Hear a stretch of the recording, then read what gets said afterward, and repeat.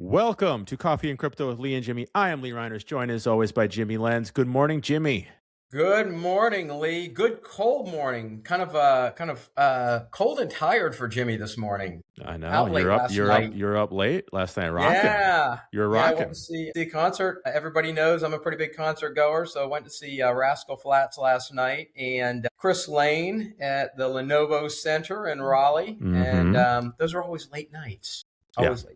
Late But it's nights. fun. Getting out of that parking lot's always a nightmare. I'll tell you what, it was that concert for a very cold Thursday in Raleigh was packed. Really? Every seat looked taken. And the age group was, I can't even tell you what it was. I saw people, every age group you can imagine, including a lot of kids. I was kind of surprised, That's great. 8, 10-year-old kids with their parents. But it's Rascal Flatts, so it's pretty tame, as concerts go. Good vibes. It was fun though. I enjoy those things. That's awesome, brother. Well, I'm glad you had fun. We got a lot to talk about. There's always a lot to talk about in the world of crypto. But last week, Jimmie, we discussed the pending markup in the Senate Banking Committee on the crypto market structure bill, the long-awaited markup, right? People have been waiting for this, like the Super Bowl of crypto. Okay? Like the Super Bowl, yeah. And just like that. Just like the Super Bowl. There was ads, and there was literally ads, actually. There were ads around the payment for yield issue in various markets. I think here, including here in North Carolina as well. So I don't know if anyone saw those TV commercials, but it was scheduled for this Thursday. But the night before, right, it was polled. The night before Senator Scott. The night before it was the night before Christmas. Senator Scott canceled it, postponed it. Yeah, and the reason it was pulled was not because of Senator Scott. It was not because of Senator John Thune, Senate Majority Leader. It was not because of President Donald J. Trump. Right? The long-awaited market structure bill that so many had worked so hard on for so long was pulled because the CEO of Coinbase did not like the bill, Jimmie. Do you think that was the only reason? Yes, of course it was the only reason. It was, of course. I agree. So at 4 p.m. on Wednesday, Brian Armstrong put out a post on X saying that Coinbase cannot support the bill as written. And the question then is why? What specifically about the bill did he not like? And we have what he said, and then we have theories, right? And I think you and I both have theories. We probably have a few theories. So here's what he said, and then I'll turn it over to you. So he said there are too many issues, including a de facto ban on tokenized equities, DeFi prohibitions, giving the government unlimited access to your financial records, erosion of the CFTC's authority, stifling innovation and making it subservient to the SEC, draft amendments that would kill rewards on stablecoins, allowing banks to ban their competition. Before I get your thoughts on this, Jimmie, right? This is what he said. A lot of other voices in crypto disagreed with this perspective. They wanted the market to proceed, right? They thought that it should proceed, that the bill wasn't perfect. I don't think I've heard anyone out there say this bill is perfect. But my read is that most other folks in crypto and larger crypto firms, not including Coinbase, of course, were supportive of the bill and wanted to move ahead. So there's obviously a split here within the crypto community. What is your theory on Brian Armstrong nuking the markup at the last minute? So I'll draw an analogy here. If we were having the same discussion over a very controversial piece of legislation around equities, and the president of the New York Stock Exchange said, wait a minute, we're not considering everything here, I think the same thing would have happened. What do you think? That's an interesting analogy. You're making me think here. I like this. So let's say Jeff Sprecher, right? The CEO of Intercontinental Exchange, largest exchange operator in the world, including owner and operator of the New York Stock Exchange. New York Stock Exchange, yeah. I mean, I think so I don't think it would have gotten to that point, right? Because there's so you don't think it would have the talks would have advanced to that stage? Well, I don't I think the issues would have been ironed out, right? Like the concerns would have been expressed, right? Like I don't think it would have been the sort of last minute. And part of the problem, Jimmie, was the process that was followed here, because there's obviously been market structure bills and versions floating around for quite a while. Or I mean, just over the summer, you had the House pass a market structure bill, clarity, right? Clarity. Yep. But the Senate and the Senate Banking Committee, which has, oversight over the SEC, and then the Senate Ag Committee, which has CFTC. So we're just kind of, this was just going to be a markup on like one aspect of the market structure bill. It wasn't even going to be the whole enchilada, but there wasn't a chance for folks to really review and digest. I mean, this is complex stuff. I mean, legislative text is dense. Okay. I mean, you're talking about, hundreds of pages here. Hundreds of pages. And I think it was released to the public. Now, I think folks who've been working on this got probably early access. But nonetheless, I mean, I don't think anyone saw text I was going to say, I don't think a comprehensive, though, was Tuesday evening. So yeah, Tuesday evening is when the Banking Committee text came out. So Tuesday evening, I think Senate Banking Committee members had until 5 p.m. on Wednesday to submit amendments. That's not very much time. That's not to the bill. So hundreds of pages, even if you have a decent sized staff. That's not. Well, yeah. I mean, look, and this is how lobbyists get paid, right? I mean, this is the work that they do, right? They pour through stuff and give feedback and whatnot. So it was not a lot of time for all sides to kind of review and offer their input and feedback. And I just don't think that would have happened in the context of like an equity market structure bill. To your point, it would have certainly been debated a little. Yeah, bit. I think so. Much more time. And I think the relevant question is like, okay, is just Jeff Sprecher and like ICE, and nowadays you have to clarify which ICE you're talking about. We're not talking about Intercontinental Exchange. Yeah, exactly. Do they have the same proportion of influence and political capital within equity markets as Coinbase does within crypto? Oh, I have to think so. I don't know. But do you think like they own the exchanges, but they don't own dark pools? I mean, do they have who has more power over equity markets, Ken Griffin or Jeff Sprecher? Oh, good question. Wow. Probably on a day-to-day basis, Ken Griffin. Yeah, see, there you go. Guys, and Vinny Viola at Virtu. There you go. They trade more than the New York Stock Exchange does on a daily basis. So that's my point. Like, Coinbase is king of the crypto mountain by a lot. They're the biggest. They're the biggest firm by a lot. Right? In the U.S. In the U.S. U.S. Clarify that. Yeah, Binance is the biggest worldwide. Yeah. Right? And they've clearly positioned themselves over the years, Jimmie, as champions of crypto. Right? They've even created a public company, and they have to do what's best for Coinbase, though, too. Of course, right? they have to. Well, and so that's my question to you, right? Because some of the items that I listed in his tweet are about kind of crypto more broadly, right? Like, this is bad for it's like, okay, Brian Armstrong standing up for DeFi when Coinbase is obviously very centralized. Like, that's the whole business. But he's not going to do something like this. He's not going to nuke a bill that he's been working on for so long if he didn't think there were aspects of that bill that would negatively impact their financial bottom line. And so that's my question to you, Jimmie, right? Let's just set aside, his representations of all of crypto, right? Because clearly other people within crypto disagree with them, right? So his views on what's best for the crypto industry are not shared by the rest of the crypto industry. Let's put that. I think they're not shared by the whole. I think, I mean, like every other constituency, they have different. It's not a monolith. There's different players. There's different factions. There's competing priorities, right? And this is what slowed this whole process down, right? So they're all fighting with one another. So, my question for you, Jimmie, I'll let you go first, and I'll chime in here. Is what aspects of the bill did Brian Armstrong think would be harmful to Coinbase's bottom line?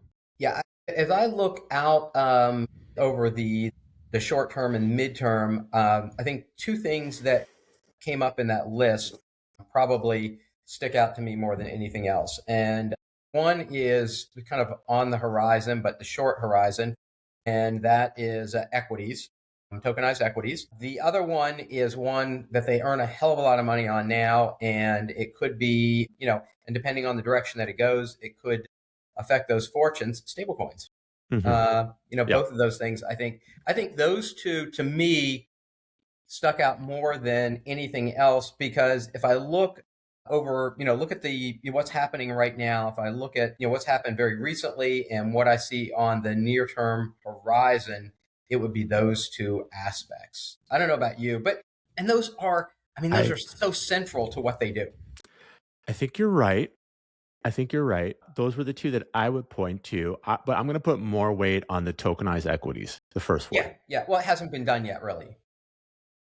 Because there was language in the bill, and I'm paraphrasing here, so for people don't get mad at me if I don't get all the details right here. That essentially clarified that tokenized equities are still equities subject to SEC oversight. Yep.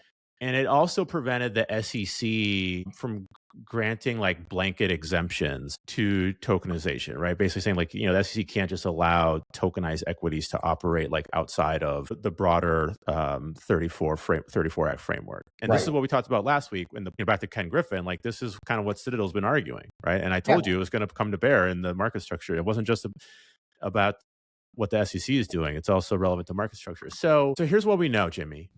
We know that Coinbase has been speaking to the SEC and has a request into the SEC for a no action letter that allows them to offer tokenized stocks on Coinbase.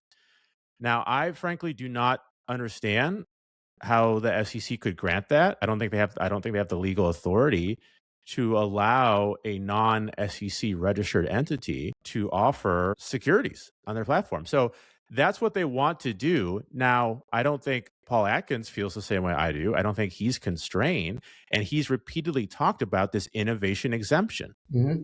He's hinted at it for months now. We still don't know all the details, but it's clear he is a big, big fan of tokenization. Yeah. He wants to facilitate tokenization. He talks about everything moving on chain. So I think, and he talks about the Everything app, right? Yeah. Remember his famous, his America First, Everything. The Everything. We talked about that ad nauseum. We did. We've talked about it ad nauseum, and he's a fan. So he's a fan of that. And when it comes to the Everything app, including what is everything, right? Obviously, stocks is part of it. Crypto is part of it. Prediction markets are part of it, right? Eventually, sports betting is probably going to be part of it. The leaders in that clubhouse, Jimmie, right, for the Everything app, because I mean, I don't think how can you have multiple Everything apps? I mean, this is going to be like almost like a winner take all. I mean, it's going to be a duopoly, oligopoly. It's a race between Robinhood and Coinbase, in my opinion. And so, I think what Brian Armstrong has made the calculation. He's like, look, this bill would slow down. Like, we want to offer tokenized equities. We don't want to have to do it through the traditional SEC registration route. And we actually think that we have a pliant SEC right now who will let us do it. Mm-hmm. And why not go down that avenue, right? Why handcuff ourselves or let this bill handcuff our ambitions? We'll roll the dice with Paul Atkins. He's going to give us what we want anyway. And once we offer it, there might be a Democratic SEC in the future, but we'll be so far out of the gate that it's going to be very hard for anyone to sort of undo, right? Once you launch new products and markets and, people have skin in the game, investors have skin in the game, it's very hard to undo that, right? I mean, just like you can't imagine I can't imagine like a future Democratic SEC undoing crypto ETFs, for instance. No. Right? Because it'd just be too damaging, right?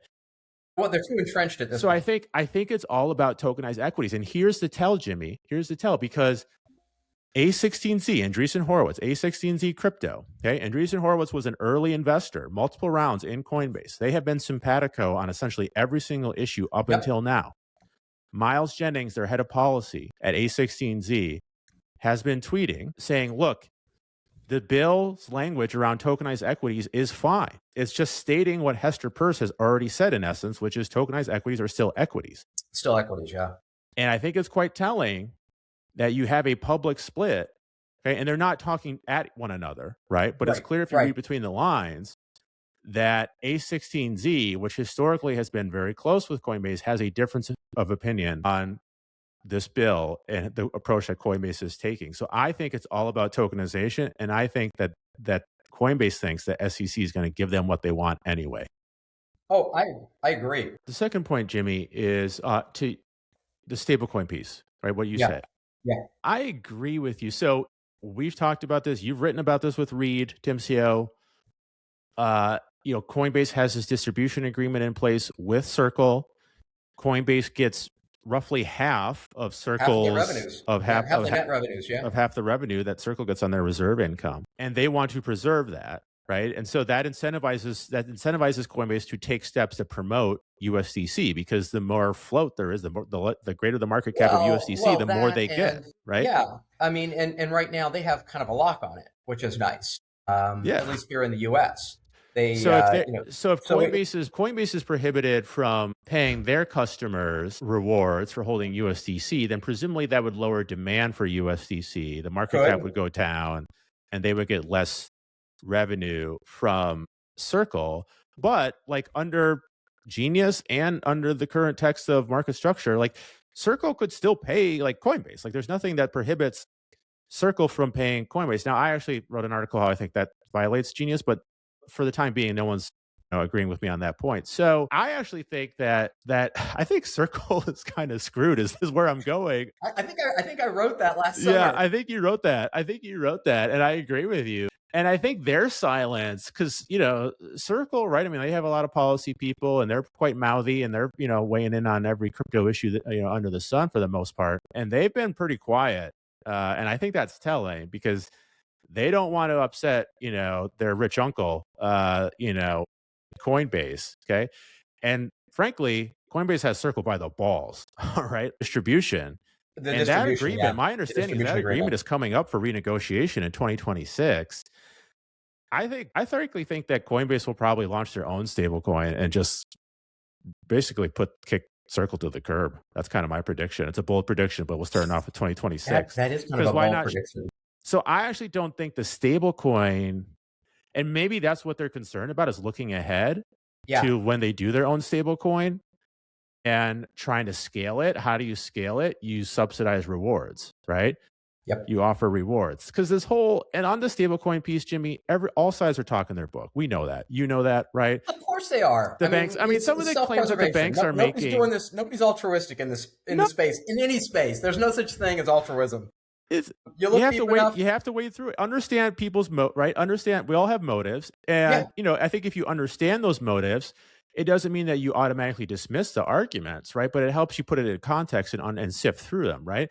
But the banks, I mean, some of the claims they're making it's complete hyperbole, right? Like, yeah. oh, this is going to lead to like 6 trillion, in outflows. Oh, It's and like, runoff. no, Yeah, because at the end of the day, the reserves, that the allowable reserves, are essentially just government money market funds and the assets that can make up a money market fund. the So like assets that make up a that's money the market cap. fund. Yeah, Theoretically, that's the ceiling on the yield you can get, right? If a holder. And yep. so look, people can go out and get a government money market fund right now, and They it's can go out and not get money it's markets. not as if. And by the way, guess what? And We now and by have the way, tokenized government money market $7 trillion already funds. there. 7 trillion are there, and now we have tokenized versions of government money market funds. We do. Right? We do. So the consumer can already go out and get this type of yield, right?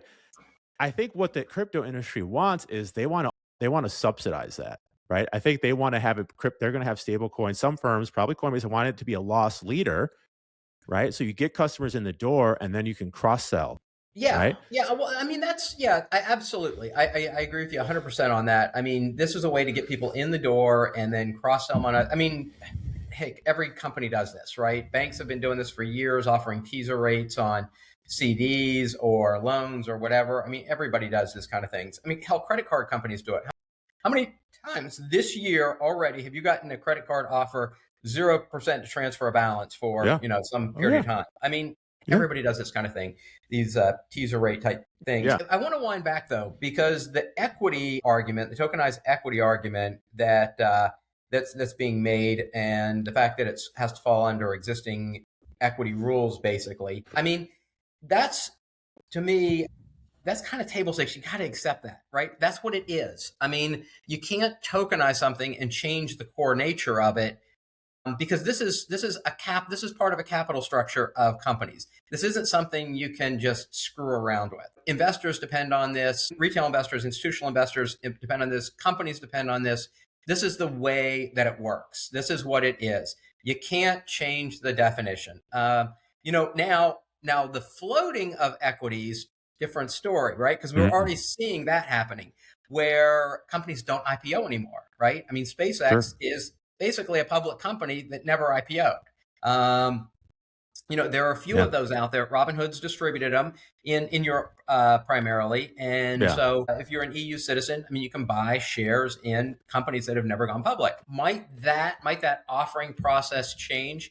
Yeah, I think there's a decent chance that it changes, and companies can make that decision or not make that decision. They kind of do now anyway. But as far as changing the nature of the underlying, you can't do that. That's Yeah. the world depends on that. I mean, there's a reason that we have the deepest capital markets in the world. And by the way, for people who don't realize it, I mean, I think we have, gosh, I mean, 7% of the world's population. Yet, our capital markets comprise about 40%, 50% of the public capital markets in the world. So, I mean, when you talk deep, you Mm-hmm. talk US. And, to Amen. start thinking that you can change the structure of an asset that is so widely held and so widely dependent on, you just can't do that. So that, the idea that, you're going to change the regulatory environment, you're going to change this or that, absolutely not. You can't do it. You Yeah. like it, hate it, then invent a new asset class. But you can't screw with something that's already out there, I don't think. Well said. I couldn't have put it better myself, Jimmie. Yeah, I think this is bigger than That just doesn't happen crypto. often either.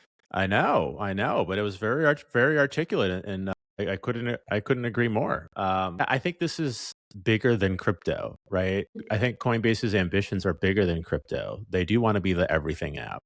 They want to Yeah. get there as quickly as possible, and they want as few guardrails as possible. And which is, again, that's like their MO. I totally get it. Would want to do the same thing probably if I were in their shoes. And they think that they have regulators in place now that's going to let them get to their destination faster. And they think that once they get there, they'll be able to stay there, that'll be resistant to future political changes. That's my theory. No one has told me this. I'm not speaking based on inside information or anything that I have. I'm just reading, between the lines here. What did we talk in negotiations, Jimmie? I mean, you've been in a lot of negotiations, negotiation theory, right? You always have a BATNA, right? What is Coinbase's BATNA, right? Best available alternative to no agreement. Yep. Okay. Coinbase is walking away from this. Now they're trying to put a positive spin on it, saying, look, we're not, we're going to continue to negotiate, right? This is not done. We're not giving up on market structure. We're still going to push ahead, and we'll see. My sense is that the folks who've been working hard on this feel very deflated. Yeah. They're in no rush to take up this mantle again. And the legislative calendar, right, moves very quickly. We're going to be in midterm campaigning season quite soon here, Jimmie, right? And then everything comes off the table. I mean, right, they have to fund the government. Okay, there's some funding bills that they have to get through. Who knows what new crisis Donald Trump will gin up that will require legislative attention. So, Coinbase obviously knows all of that. I mean, I think they had to know that this move could potentially spell the death knell of market structure in the near future. And given that, right, what is their best available alternative? And I think it's plow ahead with the regulators we have, right? Yeah. Plow ahead with Atkins, plow ahead with Selig at the CFTC. We're going to be able to roll out the products we want to. No one's going to stop us.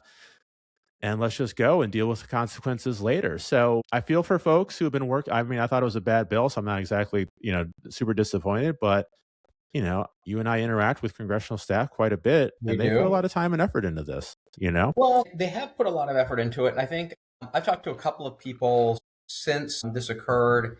Yeah, deflated is probably a good way to characterize it. I think a lot of people who were very much thinking this was going to go through are now stepping back and saying, one guy actually said, I feel like I've wasted a lot of time. Yeah. And I hope that's, that's not what happens, because I think the market structure or clarity is really important. I think we have to get this done.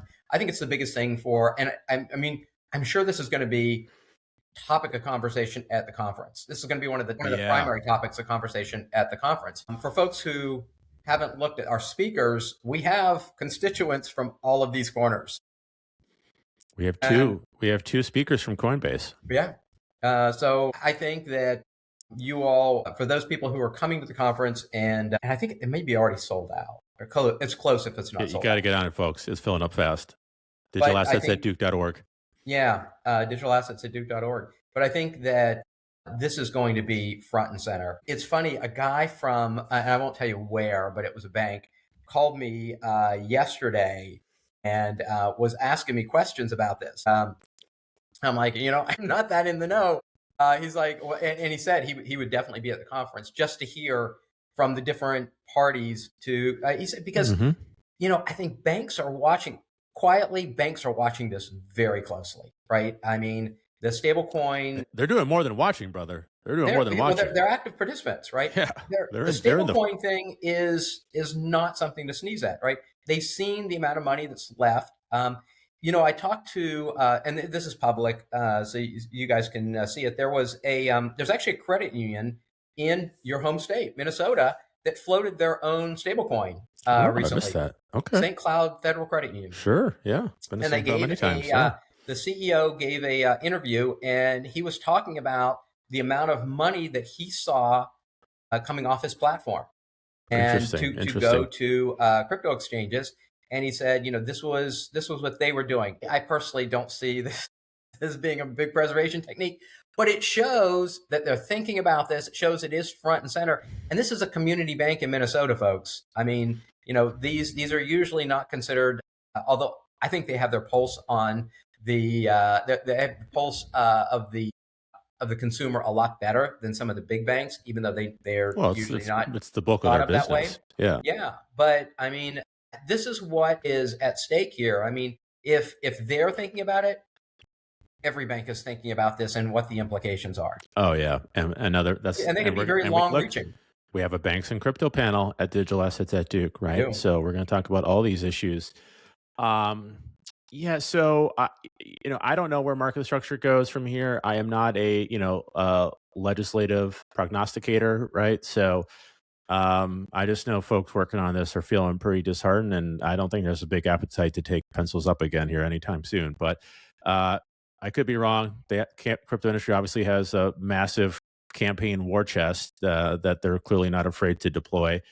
But I don't know if you're Tim Scott. If I were, which clearly I'm not. But if I were Senator Scott, I would have called Brian Armstrong and I would have said, "Suck it up, Buttercup. We're moving ahead. I put too much time and effort into this, and this is not the end of it, right? It's just passing out of a committee. There's going to be a chance to introduce amendments on the full Senate floor, but I can't believe he let the committee just get dictated to by one company. It's crazy. All right, Jimmie. Do you think one more comment on that? Do you think it was just the one company? 100%. It was. I mean, look, it's like a clear, I know correlation is not causation, but the guy sends out the tweet, and then literally, I mean, within the hour, there's reports that this thing is been canceled. So yeah, that's true. And all the reporting I've seen since has indicated that it was that tweet. It's hard to believe that, but maybe it's not. I don't know. We live in a crazy world. Coinbase, let's be clear. Coinbase does not stand with crypto. Coinbase stands with Coinbase, right? As all companies do. That's just the way. What? Hey, if I was invested in Coinbase, I'm not. Yeah. But if I were invested in Coinbase, hell yeah, I'd want them to be fighting for me. I'm an owner at that point. What is the first principle of corporate finance? Maximize firm value. Maximize value. Maximize firm value. Yep. So look, they're maximizing firm value. Okay. It doesn't mean that they're maximizing the crypto industry's value. Doesn't mean they're maximizing America's value, right? They're maximizing Coinbase's value, and that's what all firms do. Okay, so we don't need to get too caught up on that.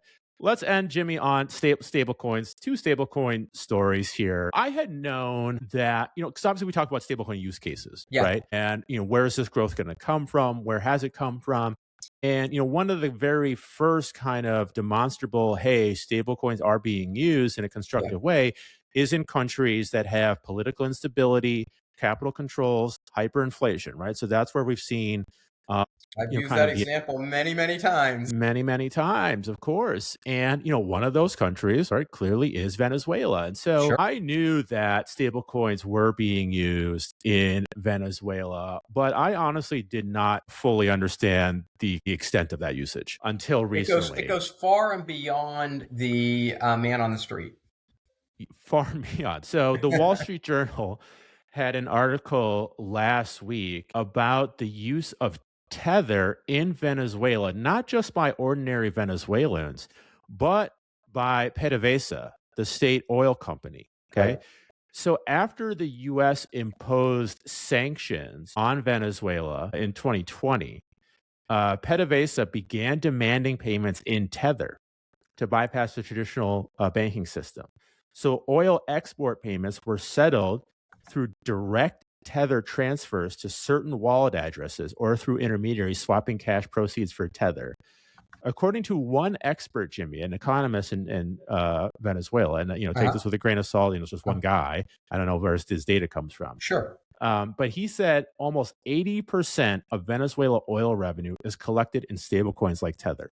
That is astounding to me. Astounding. That is a lot. And so they have a quote at the end of this article from our good friend Ari, Redboard TRM Labs, right? And he says, look, this reflects the dual use nature of stablecoins, right? You get the good with the bad. The good is it helps average citizens who, are in need, right? And sort of who have been abused by their government in a variety of ways. But that also comes, right? The other side of that coin, pun intended, is sanctions evasion, right? Yeah. Which is what Venezuela clearly has been using stablecoins for.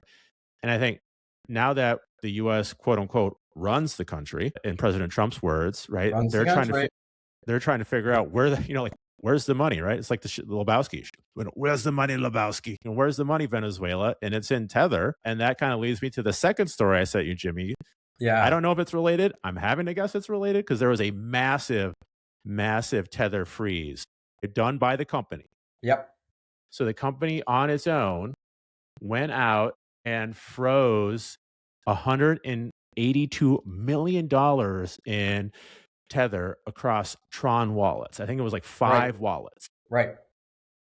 Now we don't know who these wallets belong to, but this was done. It's been reported that Tether did this at the behest of U.S. law enforcement. If I had to guess, these wallets might be tied to Venezuela. I don't know. Could be tied to Venezuela. It's just interesting. So I don't know. I don't know if I have an opinion on this other than just I was back to my point. I was surprised. I didn't know the extent. Yeah. I didn't realize the extent. I mean, it makes perfect sense when we think about it. I mean, perfect sense that they would do things this way. I will, digress here for a second and say, it's great to know that the man on the street does have a way to basically hedge their currency by having this kind of thing available. I've always thought that this, to me, is one of the huge values. And it's funny, when I taught the intro blockchain class that I used to teach, I've handed off now, but one of the very first things that I showed students was a quote from Vitalik Buterin. And the quote was that blockchain was never made for people that have stable governments and stable banking systems. Mm-hmm. It was made for everybody else. And everybody kind of looked at me. I mean, they're, at freaking Duke University, and they don't think, they don't think about that, even though most of my students are not domestic. They still come from very developed countries. And so they're not really thinking that way, because the question always comes up, yeah, but why do I really need this? And it's like, well, you probably don't, but the guy in Venezuela who owns a plumbing company probably does. Yeah. Because he has to buy all kinds of product.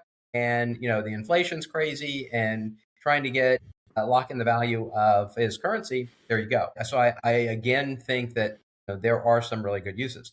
Now, this idea, I mean, is this a good use? It's a great use. Do we like this? No, probably not. People avoiding sanctions by using these things. I think, it says a lot about Tether and about the long arm of the U.S. government judicial system. Yeah. But Tether did this voluntarily. I guess we don't know, but Tether is the one who exercised the power. And I guess that's my question to you, Jimmie, is even in your blockchain class, when you taught it, I think folks are kind of surprised because there's this idea which the crypto industry has, spouted forever, which is this is decentralized. This is not controlled by any intermediary. Here you have a token issuer in the form of Tether, right?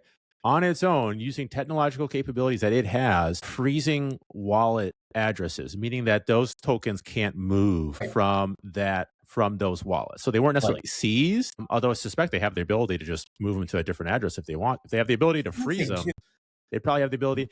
And, is Circle, to be clear, like Circle has the same capability. This is not like unique Sure. to Tether. But if a company can just unilaterally stop you from accessing your money, like, are these people losing one of the benefits of stable coins, I or mean, like purported it's benefits? one of the purported benefits. I would say one of the purported benefits. Now, if they had taken that and put it in cold storage, it probably wouldn't. They probably wouldn't have had the ability to do this. Okay. So I think there are sometimes people. It's kind of like, I was talking about this the other day to somebody. This idea of custodying assets and crypto assets and things like that. I mean, theoretically, nobody should do that, right? If you're really a believer in blockchain, if you're really a believer in everything being decentralized, Self custody and hardware but hardware nobody wallets. does, right? Yeah. People are pretty lazy and they don't do it, and so it is what it is. But I think this shows the influence of the Department of Justice in the United States, and whether it was overt or not, we probably will never know. I mean, we have a couple of people at the conference who can probably speak on this. Whether they will or not, I don't know. We have someone from Tron coming. We have somebody from Tron. We have somebody from TRM Labs who traces things for the government. Yeah. Not only the government, but they do a lot of government work. So we definitely have people that could speak directly to this. Maybe they will, maybe they won't. But I do think that it shows a level of, either responsibility or reaction that has thus far, I think people have questioned. People in traditional finance and traditional law enforcement and things like that have questioned about the cryptocurrency industry. I don't know. I think it's pretty damn loud. People should take note of this. So basically, whatever the topic, we're going to cover it at Digital Assets at Duke. I think we probably. I mean, there's like I was going to say a shitload, but I shouldn't say that probably. Well, you just did. I'm not editing that out. Oh, I did. All right, brother. There's a lot of it. Well, a lot of fun. We left some stuff on the chopping block, but we'll take it up again on Fridays. So have a great weekend, my friend. You too. Thank you.